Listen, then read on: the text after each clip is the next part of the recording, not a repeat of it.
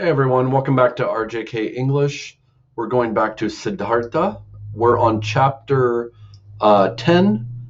We have two more chapters after that, so three in total. This one is called The Sun. So we met Siddhartha's son last time. Siddhartha's old lover Kamala died, and so now Siddhartha's with the sun while living with the ferryman. So if you go to, on RJK English, if you go to this um, playlist, book series Siddhartha by Hermann Hesse. It has all of these videos. You can follow all of them. When you're done, you have read through an entire book in English and understood it. If you don't understand it, you need to send me a comment or a question. You can also go to RJK English on Facebook and you can ask me questions here.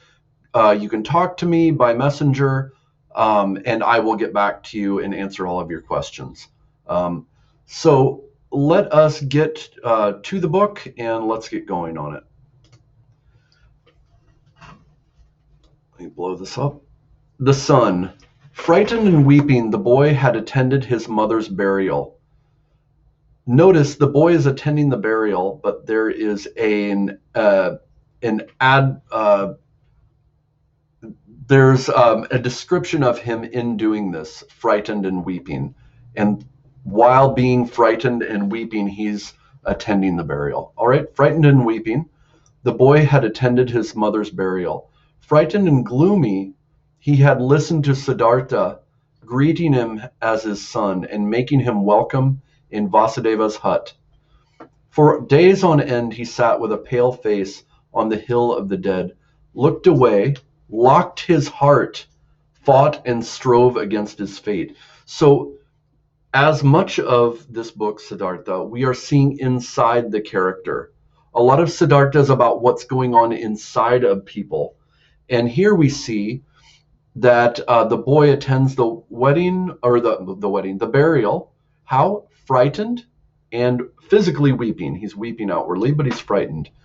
He's frightened and gloomy, so a little bit down and depressed, listening to Siddhartha. And he sits for days with a pale face, so he's kind of in shock. He's in shock. On the hill of the dead, where his mother is buried, or not buried, I'm sorry, where she was burned. He looks away. This is over time. He's looking away, and he locks his heart. What does this mean? He won't open his heart to Siddhartha. He's locked his heart now that his mother is dead. That's how much his grief is. And he fights and strives against his fate. His fate is that he's with Siddhartha, and he could accept that fate. Sorry if you hear noises. One of my cats is, doing something over there. So he has locked his heart. Okay? Siddhartha treated him, the boy, with consideration and left him alone, for he respected his grief.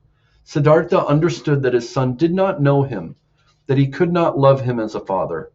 Slowly, he also saw and realized that the 11-year-old child was a spoilt mother's boy. We often would spell that ed, spoilt mother's boy, meaning he grew up in riches, he grew up wealthy. So he doesn't know, he's not good at thinking about how to deal with other people. He's spoiled. He's a spoilt mother's boy and had been brought up in the habits of the rich, and that he was accustomed to fine food and a soft bed, accustomed to commanding servants. Siddhartha understood that the spoiled and grieving boy could not suddenly be content in a strange and poor place. He did not press him. He did not try to force himself upon him by saying, you should, enjoy yourself here, you're my son. He didn't press him. He did a great deal for him and always saved the best morsels, the best pieces of food for him. Slowly, by friendly patience, he hoped to win him over. Win him over means to win him over to his side, meaning to get love from the boy, to get the boy's affection, that the boy would look to him as a father. He had considered himself rich and happy when the boy had come to him.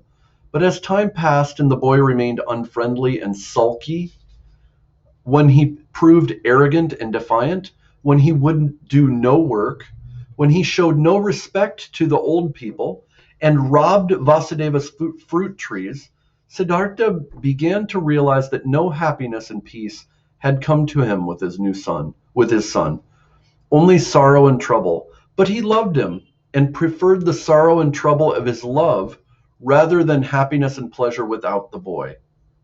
Since young Siddhartha was in the hut, the boy's name is Siddhartha also. Since young Siddhartha was in the hut, the old men had shared the work.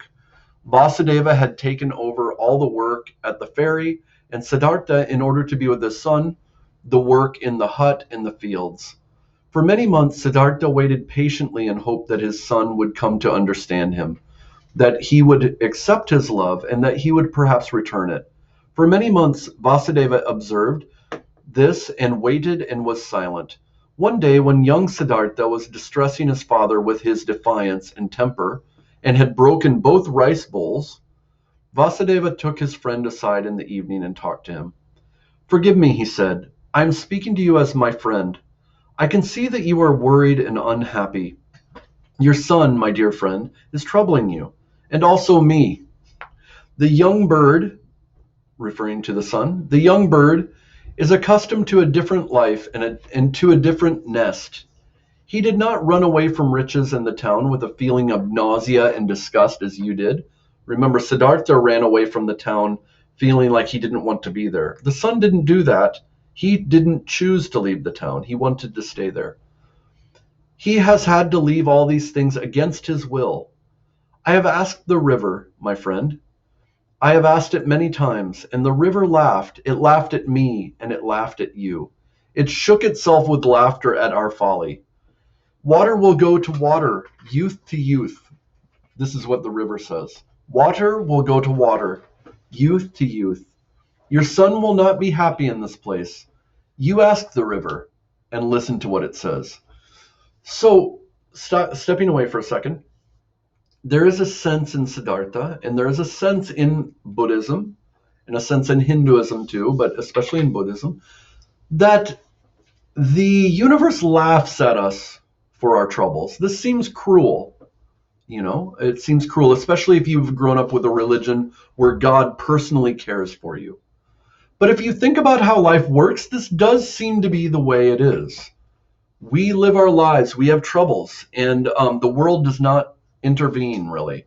Maybe some good things happen. In a way, the world laughs, almost like a being that lives within all time. Remember, the river is within all time. It's in the mountains, it's there, it's here, it's there. It doesn't have a future and a past. It just is. So the river knows the truth of things. And when it sees people struggling, it laughs because it's saying, you're bringing trouble on yourself for no reason. By your striving, you're bringing pain upon yourself. This is a bit of the lesson of Siddhartha. It's also the lesson of Buddhism, that you bring pain upon yourself. And there's a sense that you cannot help someone else. They have to help themselves, right? And in our lives, we see this. We want to save our family from pain that they have.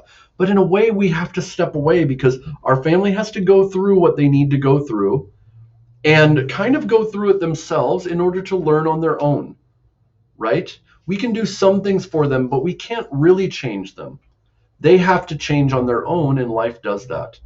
That's the sense that we get here, okay? And the river is laughing. Troubled, Siddhartha looked at the kind face in which there were many good-natured wrinkles. What is this kind face? It's Vasudeva. Why does it say good-natured wrinkles? Because Vasudeva is old, and Vasudeva is kind, even when he's speaking this truth to Siddhartha. And this is a truth that hurts, and that's what true friends do. "How can I part from him?" he said softly. Siddhartha said softly. "Give me time yet, my dear friend. I am fighting for him." Siddhartha is striving, right? "I am trying to reach his heart. I will win him with love and patience. The river will also talk to him someday. He is also called. Now, is this true? We don't know, right? But it doesn't seem the river talks to everyone. It did talk to Siddhartha, and Siddhartha is striving right now. He wants the sun to stay with him. He wants to change the sun. But the sun doesn't want to change. It doesn't seem. We'll see. We'll see. But he's trying to force it. I'm not saying that's right or wrong. This is the lesson of this book. Someone wrote this, right? So we're trying to get the sense of the world that Hermann Hesse has created here. Vasudeva's smile became warmer. Oh, yes, he said. He is also called, but he also belongs to the everlasting life. But do you and I know to what he is called, to which path, which deeds, which sorrows? His sorrows will not be slight. His heart is proud and hard. He will probably suffer much, make many mistakes, do much injustice, and commit many sins. Tell me, my friend, are you educating your son? Is your son obedient to you? Do you strike him or punish him? No, Vasudeva, I do not do any of these things. I knew it. You are not strict with him. You do not punish him. You do not command him, because you know that gentleness is stronger than severity, that water is stronger than rock, that love is stronger than force. Very good, I praise you. Let's stop for a second. Is that how to love someone? So Siddhartha is trying to love by giving his son space. Vasudeva points out if you're trying to teach, you force someone. Which is true? You have to decide. Is parenting forcing or is parenting allowing? I would guess we all would all differ in this, but we are somewhat in the middle. There is a bit of a lesson here that you're supposed to leave people alone to some degree, right? I don't think that's very loving. I don't think that's a very loving message, okay?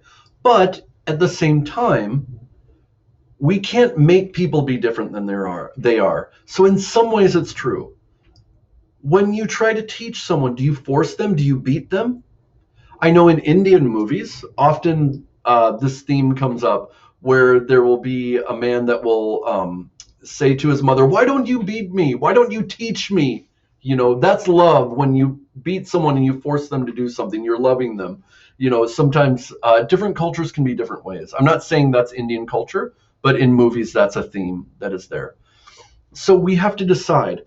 But it is true that Siddhartha would have to be strict with his son if he really wanted to try to change him.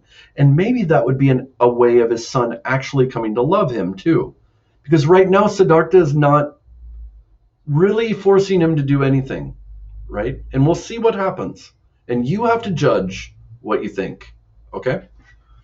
Let's finish this chapter, then we'll end and we'll start up on another video, okay? Very good, I praise you. But is it not perhaps a mistake on your part not to be strict with him, not to punish him? Do you not chain him with your love? Do you not shame him daily with your goodness and your patience and make it still more difficult for him? Do you not compel this arrogant, spoilt boy to live in a hut with two old banana eaters, to whom even rice is a dainty?